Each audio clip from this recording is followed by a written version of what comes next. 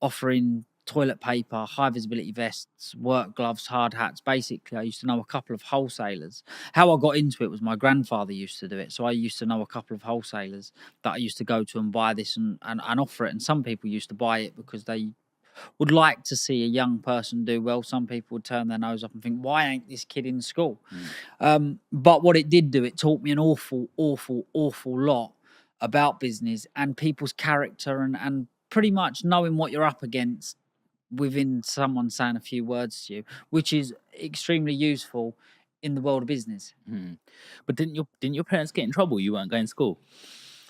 Well, the law is you have to have some form of teaching, which could be a tutor, which I actually did have a tutor, Okay. but it didn't work out too good. It just, I didn't click. It wasn't, unless I was hands-on and something was physical, I struggled to learn. First of all, I want to ask you one thing. You're in the playground. I know I repeated this a few times, but your dad's got money. There's somebody else. Loads. Yeah, loads of it. Bags of it. But then somebody else is selling sweets. Your dad's going to give you the money. Why do you need to do that? Never in my lifetime. My dad has never actually put his hand in his pocket and give me money. I've gone to him on numerous occasions for an investment or to help a business that is not successful for me, and he's never been that person. His advice and the people that he has working with him, he'll always offer their services and say, look, they might be able to help you, give me the right advice. But sometimes I don't know what's the right and what's the wrong advice. Me and my dad have loads of conversations and we say, like, Dad, the advice you're giving me is from 10 or 15 or maybe even 20 years ago. Like, we're in 2024 now. That might have worked when you was doing what I was doing. You're the biggest park home operator in the UK. Yeah. But your advice now, what worked for you 20 or 25 years ago might not work for me. We're in a different time and a different age. And it's took a very long time for him to actually understand that. And what is also very, very, very good, you've obviously got old generation and new generation. Now, I am the new generation. My dad's the old generation. So I'm going out in the new generation of business world, and my dad's still going about in the old generation of business world. But if we come together and we can discuss ideas, how it is and how it was, you come up with some extremely good information and the answers to a lot of questions, and sometimes a happy medium, if you understand what I'm saying, to most problems. What's the best gift that your dad's ever given you in terms of material? On my 18th birthday, he bought me a platinum masterpiece Rolex. Okay. Which I would never sell it as it's. It couldn't be valued. It's And what about in terms of cars or anything? Nothing. Some people would say, what's the point of having money if you're not going to spend it? Well, he does. My dad's had 2 Bugattis and a helicopter, and he's got a yacht in Monaco, but I don't. But isn't it about sharing it with your family too? Well, he does. He lets me use those things. Okay. I can go to Monaco and I can have a good time with him. I can have a good time in his Bugatti with him, but it's not mine. I don't own it. He wants you to earn it. Yeah. And how important is that family structure in terms of, you mentioned your granddad? Like, my granddad's 80 years old and he still works to this day. He was working on Christmas Day, just gone. Like, the work ethic has been bred through generations. Now, I never really knew my great-great-granddad, but I've heard stories about him also. They work their fingers to the bone, and it's actually, I wouldn't say it's a problem because it's a good thing, but whatever I do, it over-occupies my mind and I can't stop thinking about it. Like, for example, I've started a WhatsApp group and a TikTok channel, and I'm always thinking about how I want to make this successful, how I want to make it better. And that's been anything. I only use them two for an example because they're new projects. But it's just, I can't sit down. If I'm on a beach somewhere abroad, I'm still thinking about what's happening, going on at home. Is there anything I can do on my phone to make that better or make it progress faster? It's just, and when people ask me the question about my dad's work ethic, if it's anything like mine, which I believe it is, then that's how it is. It's like some sort of ADHD that you have to, but it's an ADHD where you have to do business and make money or make your business better so it's in a better position to make money. Is it fun? Is it hard finding friends for you? Is it hard finding friends? Well, absolutely not. It's probably very easy to find friends, but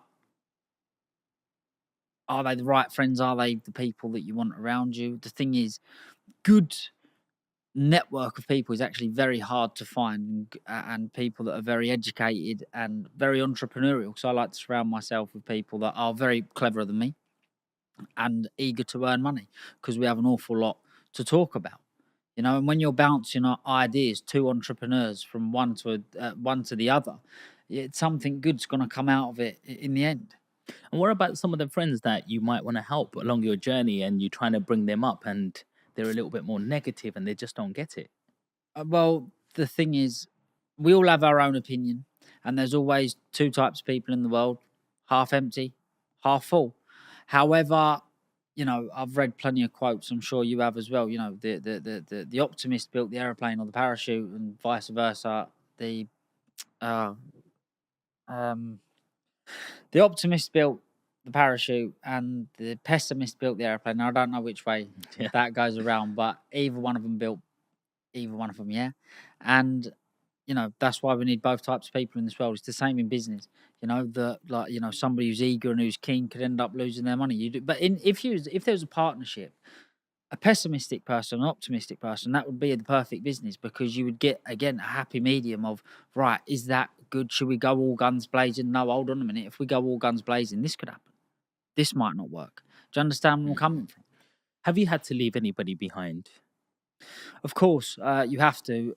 That it's a shame, and it's sometimes in the world of business and in the world of anything that you want to be successful at, you have to drop people out, and you have to cut off loose ends. If it's holding you back, you need to cut them off and push forward, because again, like, you need to be selfish, and there's plenty of times. And you know what?